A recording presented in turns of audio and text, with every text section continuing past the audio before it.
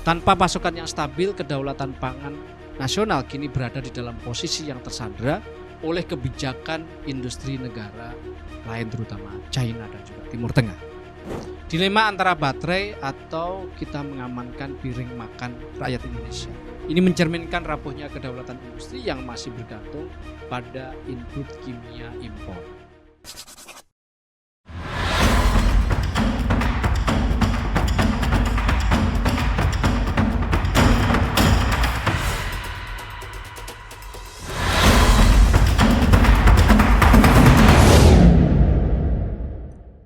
Cina menghentikan total ekspor asam sulfat sejak Mei 2026.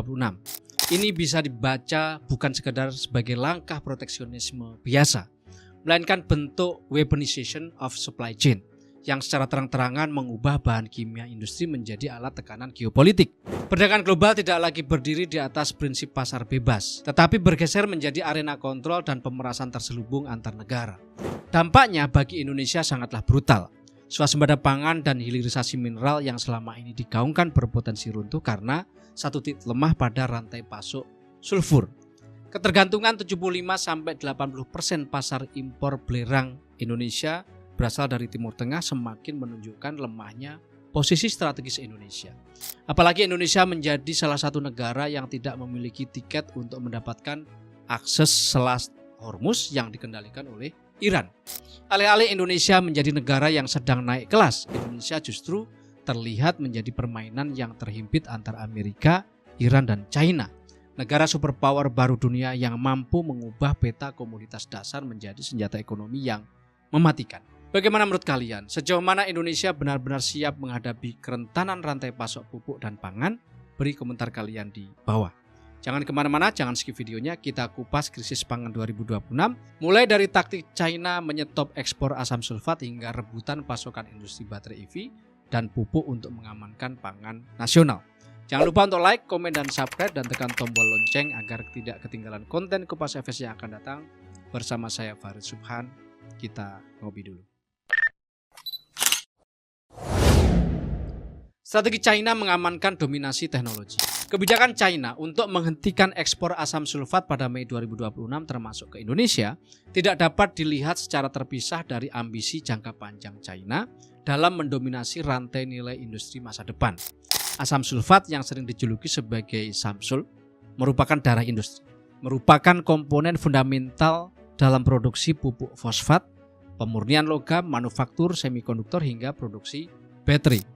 Dengan menutup keran ekspor, China secara efektif melakukan internalisasi nilai tambah untuk memastikan bahwa industri domestik mereka, khususnya untuk sektor baterai lithium iron fosfat atau LFP dan juga chip, mendapatkan kepastian pasokan dengan harga yang stabil.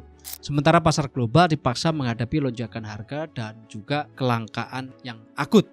China menyadari bahwa negara-negara seperti Indonesia sangat bergantung pada asam sulfat untuk menjalankan smelter high pressure acid leaching atau HPAL yang memproses nikel kadar rendah atau limonit menjadi bahan baku baterai. Dengan membatasi akses terhadap asam sulfat, China secara tidak langsung menekan margin keuntungan industri hilir di negara pesaing, sekaligus memperkuat daya saing industri pengelolaan mereka sendiri. Di pasar internasional, harga asam sulfat telah menunjukkan tren yang divergensi. Harga di daratan China tetap terkendali berkat intervensi pemerintah, sementara pembeli internasional di luar China termasuk Indonesia harus bersaing dalam pasar yang sangat ketat untuk mendapatkan harga yang mahal dari bahan baku pupuk ini. Bagi industri pupuk, maka hilangnya pasokan dari China berarti biaya produksi asam fosfat akan melonjak secara drastis. Hal ini menciptakan tekanan fiskal yang luar biasa bagi pemerintah Indonesia yang harus menanggung beban subsidi pupuk agar harga di tingkat petani tetaplah terjangkau. Tanpa pasokan yang stabil, kedaulatan pangan nasional kini berada di dalam posisi yang tersandra oleh kebijakan industri negara lain, terutama China dan juga Timur Tengah. Antara transisi energi dan juga ketahanan pangan. Terjadinya kompetisi internal yang destruktif dalam memperebutkan alokasi asam sulfat di dalam negeri China. Di satu sisi Indonesia sedang memacu hilirisasi nikel untuk menjadi pusat produksi baterai EV. di dunia melalui teknologi HPAL. Di sisi lain, negara harus menjamin ketersediaan pupuk fosfat untuk mendukung produksi secara nasional, produksi pangan nasional. Masalah muncul karena kedua sektor ini menggunakan bahan kimia yang sama, yaitu asam sulfat atau Samsul. Industri nikel HPAL memiliki profil permintaan asam sulfat yang sangat masif dan tidak elastis. Proses HPAL memerlukan pelarutan mineral dalam tangki bertekanan tinggi dengan konsumsi asam sulfat yang sangat besar untuk mengekstraksi nikel dan juga kobalt dari biji laterit.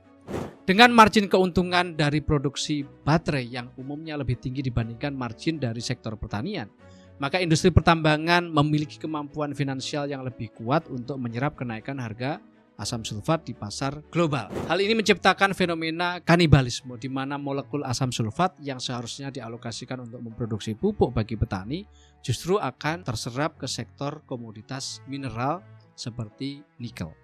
Pemerintah Indonesia melalui Kementerian Energi dan Sumber Daya Manusia (ESDM) mencoba meredam ketegangan ini dengan melakukan pemangkasan kuota produksi nikel dalam rencana kerja dan juga anggaran biaya RKAP 2026 secara signifikan dari 379 ton menjadi sekitar hanya 260 sampai 270 ton saja di tahun 2026 ini.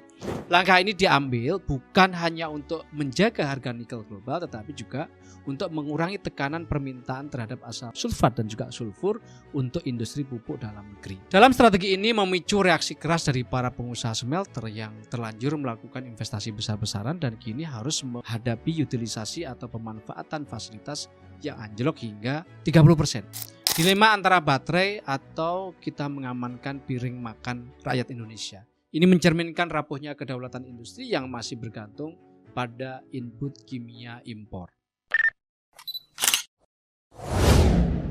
Koridor Gresik-Bontang, smelter tambang dan pupuk.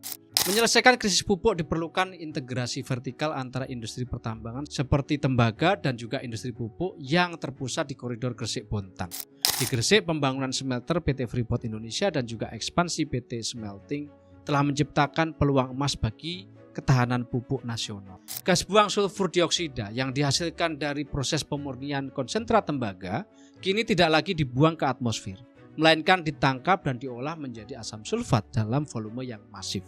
Pabrik asam sulfat kedua di PT Smelting yang ditargetkan beroperasi penuh pada tahun 2026 akan meningkatkan total kapasitas produksi perusahaan menjadi sekitar 1,2 juta ton per tahun. Melalui skema ekonomi sirkuler, produksi asam sulfat ini dialokasikan secara langsung ke PT Petrokimia Gresik untuk digunakan sebagai bahan baku pupuk. Sinergi ini merupakan model pertahanan nasional yang sangat efektif.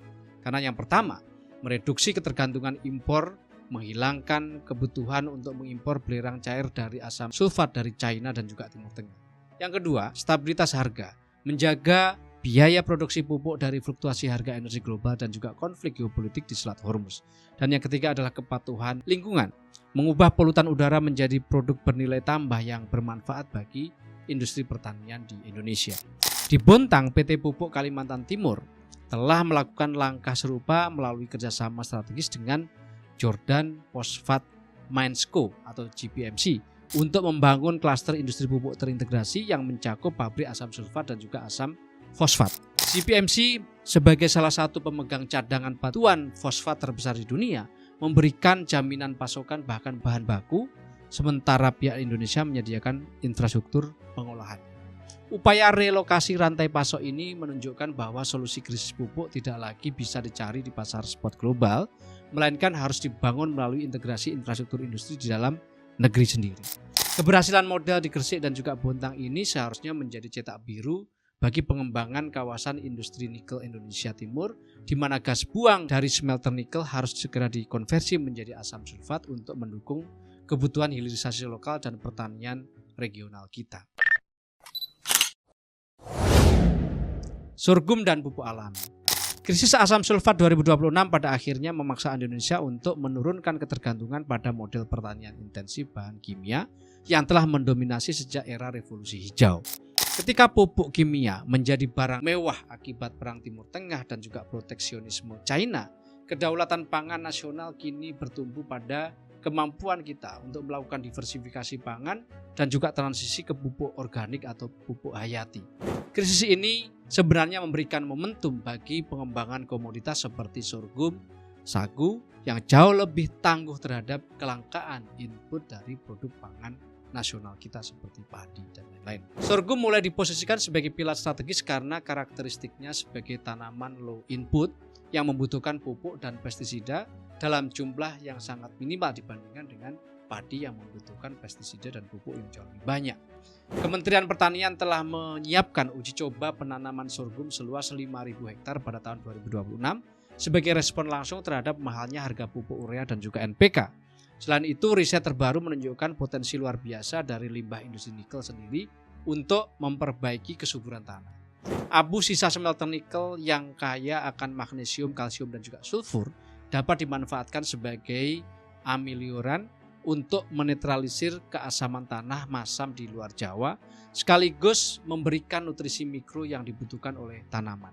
Pergeseran ini juga mencakup adopsi teknik pertanian regeneratif yang bertujuan menghidupkan kembali ekosistem tanah yang telah rusak akibat penggunaan pupuk anorganik yang berlebihan selama berpuluh-puluh tahun di berbagai lahan di seluruh Indonesia. Dengan memanfaatkan limbah organik terpadu atau uplot dan juga produksi kompos biostimulan, petani didorong untuk menciptakan sistem pertanian yang mampu menghidupi dirinya sendiri tanpa harus bergantung pada rantai pasok global yang rapuh.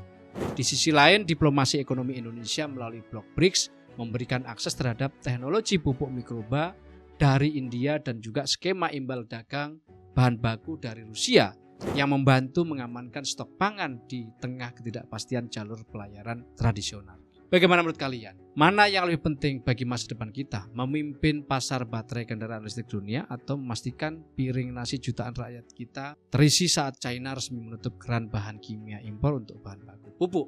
Ayo berikan pendapat kalian dengan komentar di bawah. Jangan lupa untuk like, subscribe, dan tekan tombol lonceng agar tidak ketinggalan konten Kupas FS yang akan datang. Bersama saya Farid Subhan, salam miracle.